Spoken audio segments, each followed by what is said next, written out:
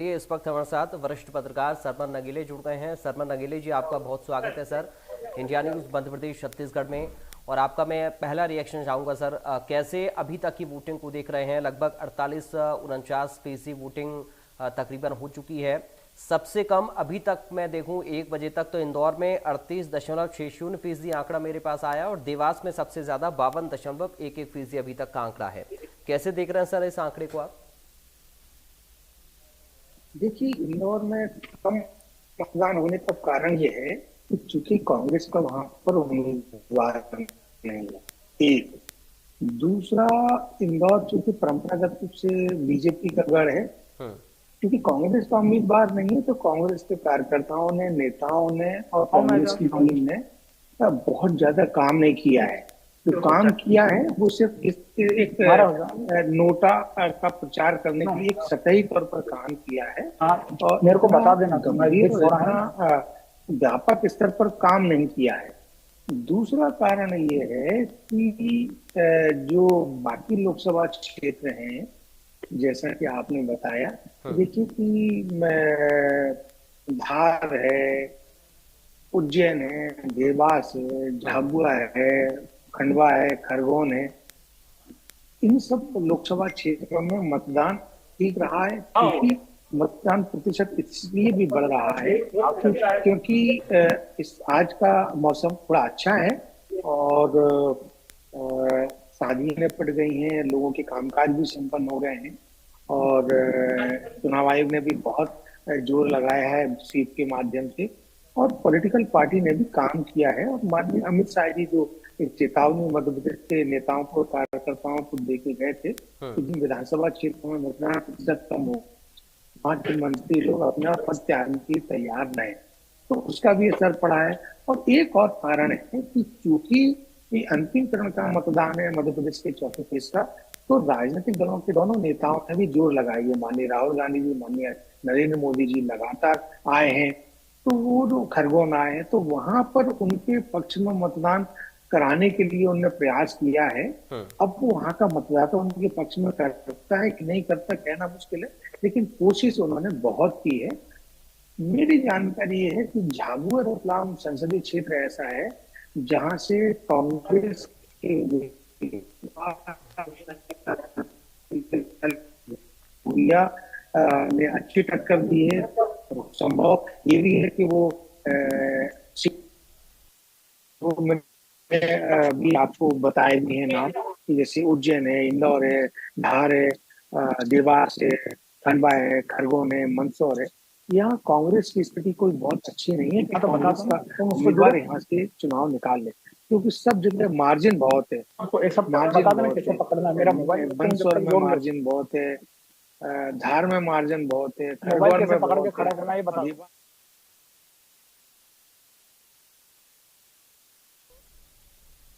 ठीक है।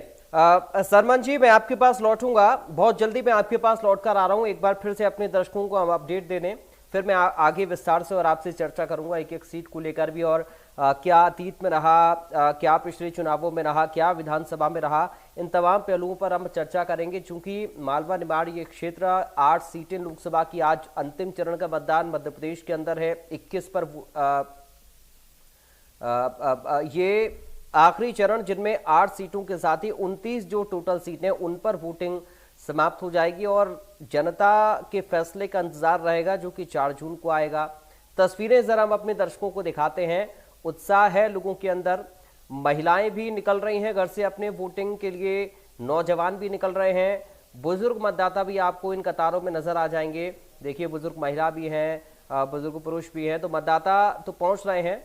और कोशिश हमारी भी यही है कि हम जनता को और ज़्यादा जागरूक कर पाएं अपने माध्यम से भी, कि आप निकलें अपने घर से। अगर आपने अभी तक वोट नहीं डाला तो ज़रूर अपने मत का इस्तेमाल करें, वोट ज़रूर डालें, क्योंकि ये लोकसभा का चुनाव बेहद महत्वपूर्ण है। 5 साल में एक बार ये चुनाव आता है और अगले 5 साल के लिए आपके पास मौका होता है कि हम अपने लिए एक बेहतर सरकार चुनें, बेहतर जनप्रतिनिधि हम चुनें, ताकि वो हमारे इलाके के विकास को लेकर, हमारे कामों को लेकर सजग रहें, सतर्क रहें, जागरूक रहें।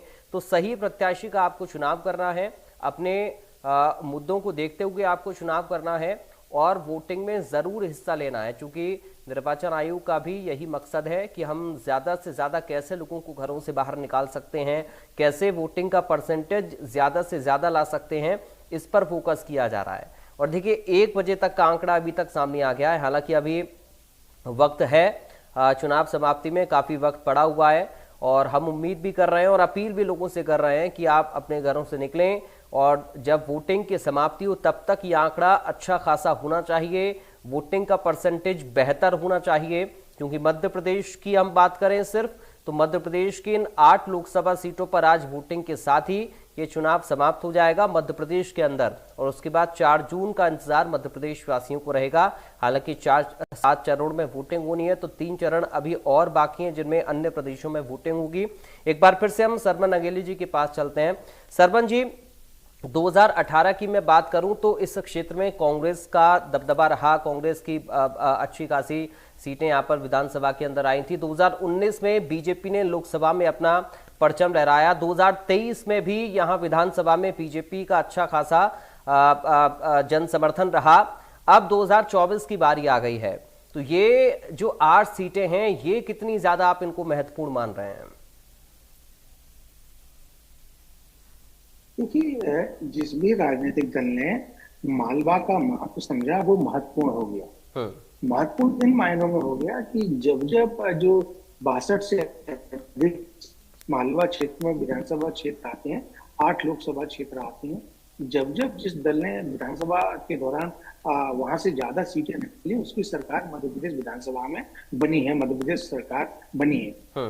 तो कोई भी दल रहा हो, चाहे कांग्रेस रहा हो, बीजेपी की सरकार जो है ना मालवा के आधार पर ही बनती रही है। तो एक ये कारण है। दूसरा कारण ये है कि चूंकि मालवा एक आदिवासी बाहुल एरिया है, साथ में वहाँ किसान भी बहुत है, तो इसका भी वह एक मिला जुला असर तो रहता ही है।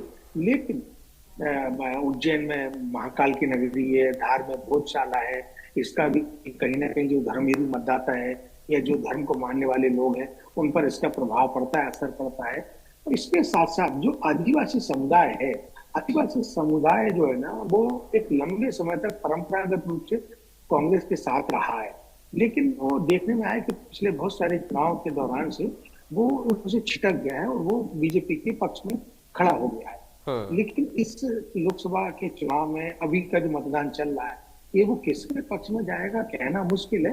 लेकिन पुराने यदि नतीजे देखेंगे लोकसभा के या विधानसभा के, तो वो उन्हीं के पक्ष में जाता हुआ देखा गया है। मेरी जहां तक जानकारी ये है कि जैसे धार और वहाँ आपकी धार की बात करें तो वहां से गजेंद्र सिंह राजूखड़ी जो है ना, वो पहले कांग्रेस में थे, सांसद रहे, वो बीजेपी में आ गए, तो थोड़ा सा वहाँ धार में कांग्रेस को दिक्कत है।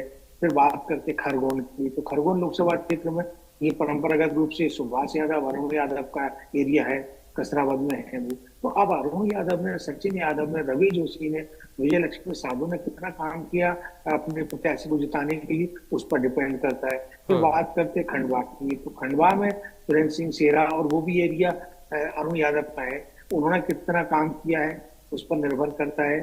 फिर आप झाबुआ की बात कीजिए, तो झाबुआ रतलाम चूंकि परंपरागत रूप से कांग्रेस का एरिया रहा है और कांतिलाल भूरिया जी का वहां पर लंबे समय से दबदबा रहा है, प्रभाव रहा है, वो सांसद भी रहे, सेंट्रल में मिनिस्टर रहे, स्टेट में भी मिनिस्टर रहे, यहाँ भी रहे, पीसीसी चीफ भी रहे, उनके नेतृत्व में चुनाव भी हुआ। तो अब वो कोशिश तो की उन्होंने, जो एक बयान दिया था कि जिनके घर में 2 महिलाएं होंगी उनको घर में 2 लाख रुपए जाएंगे, जो कांग्रेस की एक नई योजना लेकर आए हैं कि एक महिला को 1 लाख रुपए हम देंगे।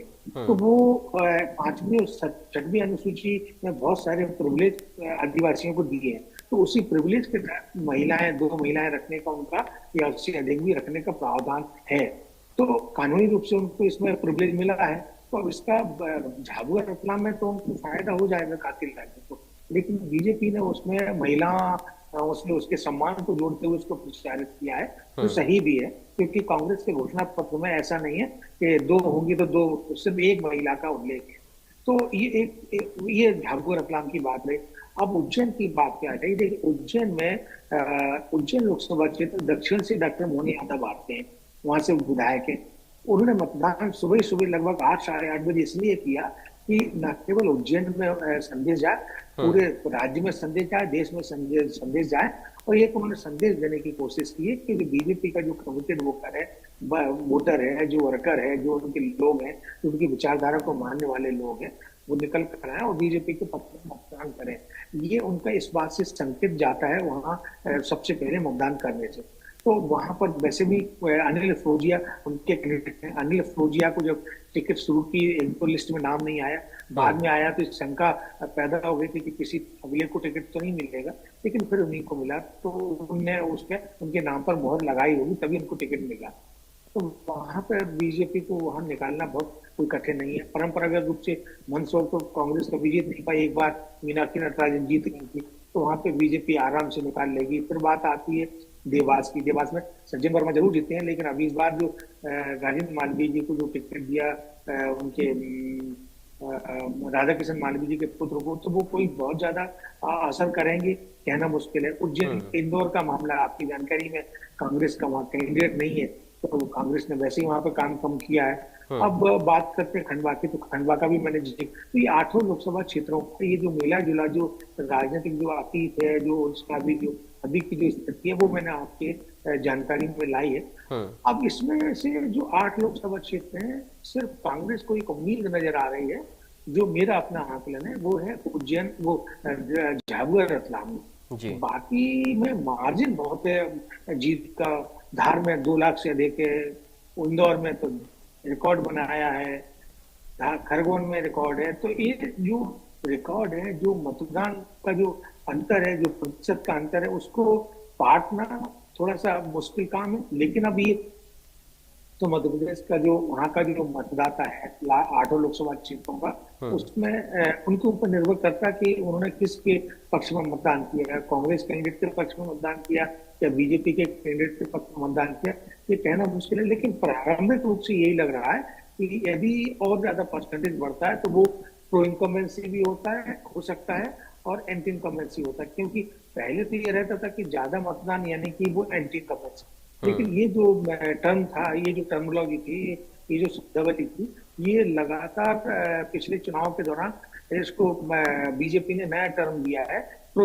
इनकम्बेंसी का। क्योंकि पिछले विधानसभा चुनाव में भी बहुत ज्यादा इनकम्बेंसी थी, लेकिन फिर भी मध्य प्रदेश, छत्तीसगढ़, राजस्थान में बीजेपी की सरकार बनी। तो प्रो इनकम्बेंसी का नारा, प्रो इनकम्बेंसी का जो टर्म है, जो शब्दावली है, वो बीजेपी ने भरने का प्रयास किया है। तो वो भी इसमें एक संभावना देखने को नजर आती है। बाकी अब अंतिम फैसला तो अंतिम जब 4 जून को मतगणना होगी तभी मालूम पड़ेगा कि इसके पक्ष में जाना।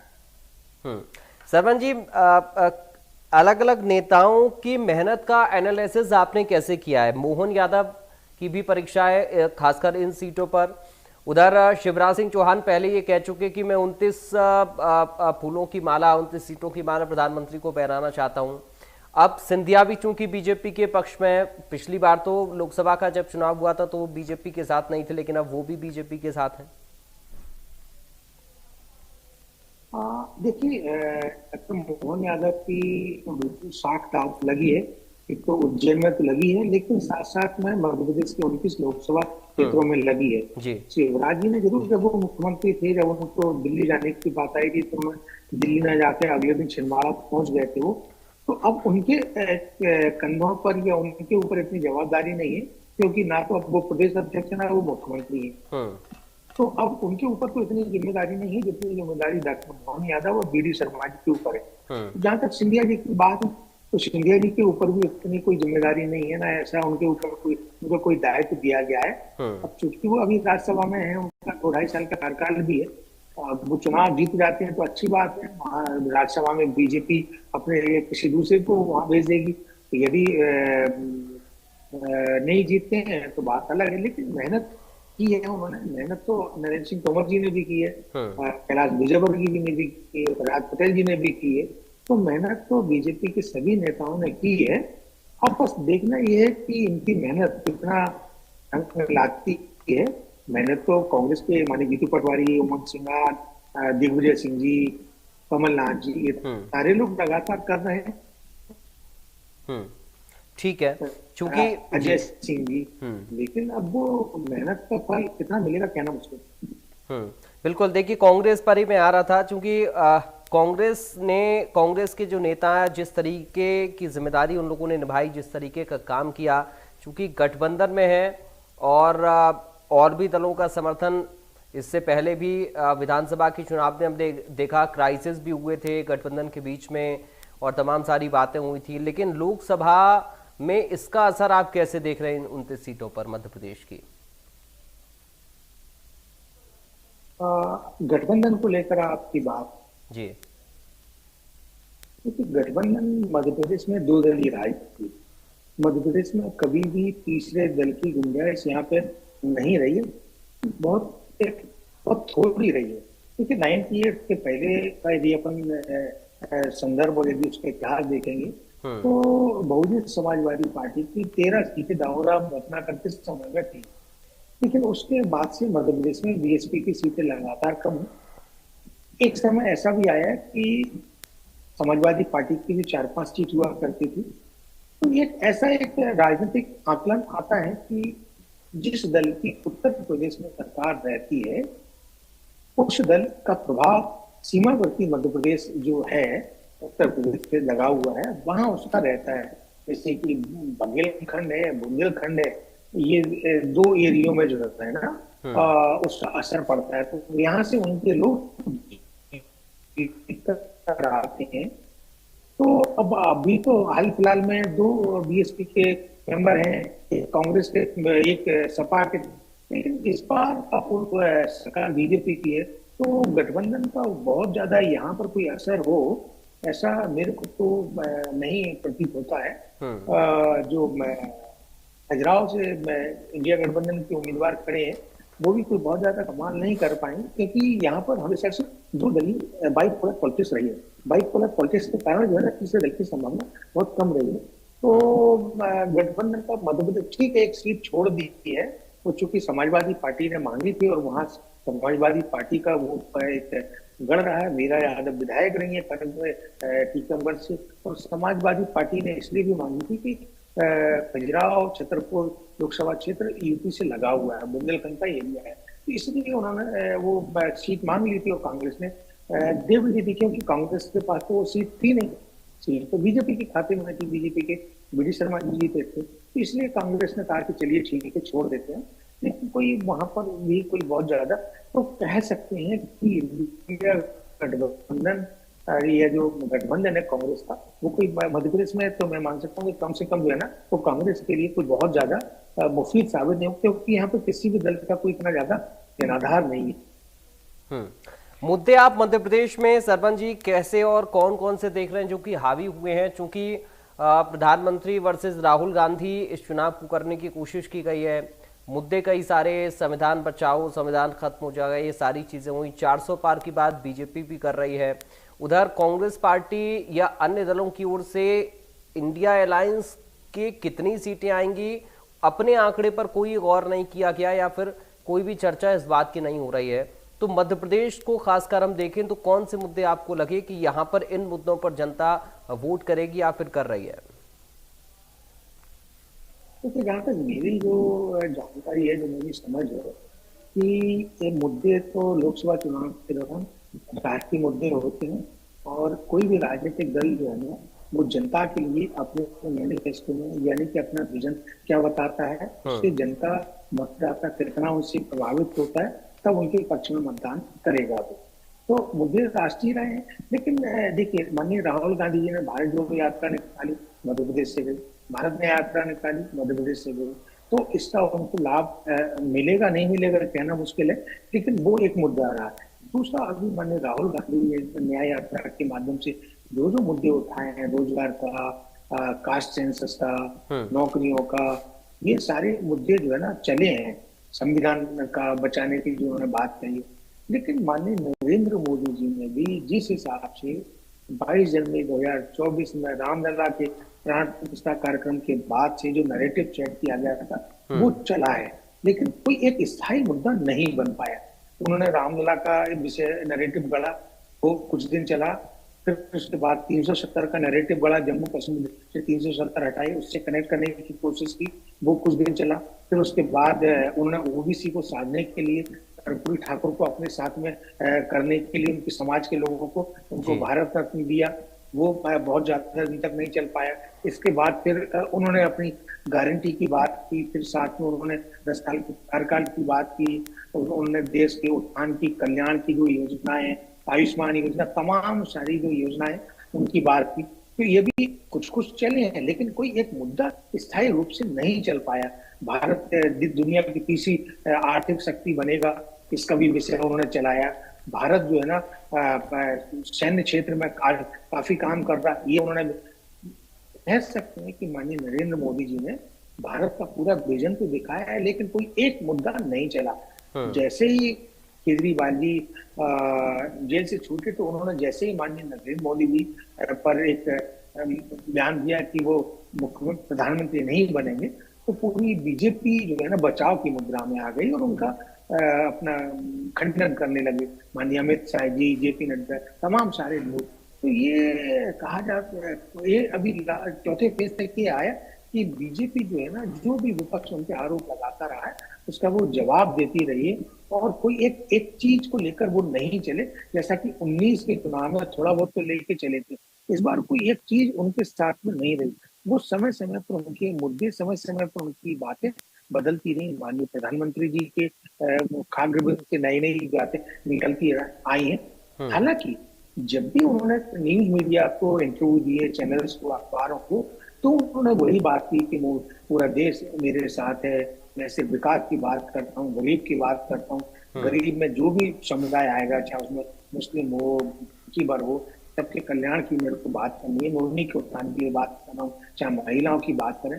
तो उन्होंने ये सारी बातें तो कही हैं, लेकिन जब भाषण देने, जब मंचों पर गए, जब रोड शो किए, तो उनके मुद्दे बदलते रहे। लेकिन वो टीवी चैनल, अखबार के माध्यम से उन्होंने वो मैसेज देने की कोशिश की है जो जनता तक पहुंचे, क्योंकि अखबार का जो एक रीडर होता है वो एक स्थायी हो जाता है। तो अखबार जो है ना, चाय ठेले, पान की गुमटी और नाई की दुकान, या तमाम जगह उस पर अपनी चर्चा होती है। चर्चा ऐसा नहीं, टीवी चैनल्स की भी होती है, लेकिन अखबार क्या है, एक रखा रहता है, तो लोग चर्चा करते हैं, लोगों के ड्राइंग रूम में रहता है, लोग अपनी लाइब्रेरी में रखते हैं, मीडिया के लोग अखबार को रखते हैं, कांग्रेस बीजेपी के प्रवक्ता अखबार की क्लिपिंग को सर्कुलेट करते हैं। ऐसा नहीं, चैनल्स की भी अपनी क्लिपिंग को सर्कुलेट करते हैं, लेकिन सबका अपना अपना तौर तरीका है। तो ये सारी चीजें हैं, लेकिन ये कह सकते हैं कि कोई एक मुद्दा जिसको कि कहें कि चला हो, ऐसा नहीं है। लेकिन बीजेपी को अपनी पिच पर खेलने के लिए बहुत कोशिश की बीजेपी ने, लेकिन अंततः बीजेपी जो है ना, कांग्रेस के द्वारा लगाए गए आरोपों की पिच पर खेलती रही। चाहे संविधान की बात करें, कास्ट की बात करें, मुस्लिमों को लाभान्वित करने की बात करें। लेकिन एक चीज मैं और कहूंगा, जो दोनों दलों के माध्यम से आई है, तो धर्म के आधार पर आरक्षण डायरेक्ट या इनडायरेक्ट देने का अभी से जो प्रयास कर रहे हैं, अभी तो ठीक है, संविधान में संशोधन नहीं हुआ, आप धर्म के आधार पर आरक्षण देने की बात तो नहीं कर रहे हैं, लेकिन आप उनको लाभान्वित करने की सुविधाएं देने की बात कर रहे हैं। और इसका मतलब ये निकलता है कि जब आप सरकार में आ जाएंगे, तो संविधान में संशोधन करके आपको धर्म के आधार पर सहूलियतें, सुविधाएं देंगे। जो कि अभी जो बयान दिए जा रहे हैं जो सभी राजनीतिक दलों के माध्यम से, कांग्रेस या बीजेपी, ये राष्ट्र विरोधी बात है, क्योंकि संविधान सभा ने धर्म के आधार पर आरक्षण देने की बात को सिरे से नकार दिया था। माननीय सरदार वल्लभ भाई पटेल ने इसको स्पष्ट कर दिया था कि धर्म के आधार पर आरक्षण नहीं दिया जा सकता है, सिर्फ और सिर्फ SC/ST को आरक्षण जो दिया गया है वो रहेगा। हालांकि डॉक्टर भीमराव अंबेडकर जी ने संविधान सभा की बैठक में इस बात का भी जिक्र किया था कि हमारे जो आरक्षण हो रहा है, जो आरक्षित सीट हो रही है, उसमें हमारे लोग मतदान करें। तो इस बात से जो है ना, नेहरू जी और संविधान सभा के सदस्यों ने और सरदार वल्लभ भाई पटेल ने इनकार कर दिया था। सिर्फ उन्होंने आरक्षण देने की बात पर पूरी कमेटी ने सहमति दी थी। तो ये जो संविधान विरोधी जो बातें हो रही है, हालांकि सीधा नहीं हो रही, इनडायरेक्ट हो रही है, आप एक वर्ग विशेष को एक टारगेट करके उनको लाभान्वित करने की बात करें, जो मॉडल कोड ऑफ कंडक्ट का, भारत निर्वाचन आयोग की गाइडलाइन का सीधा सीधा उल्लंघन है। बिल्कुल, बहुत शुक्रिया करूंगा सरमन नगेली जी आपका। सर, आप जुड़े और आपने विस्तार पूर्वक एनालिसिस एक एक सीट का किया, एक एक मुद्दे का किया। बहुत शुक्रिया सरमन जी आपका हमारे साथ जुड़ने के लिए। अब हम इंदौर आप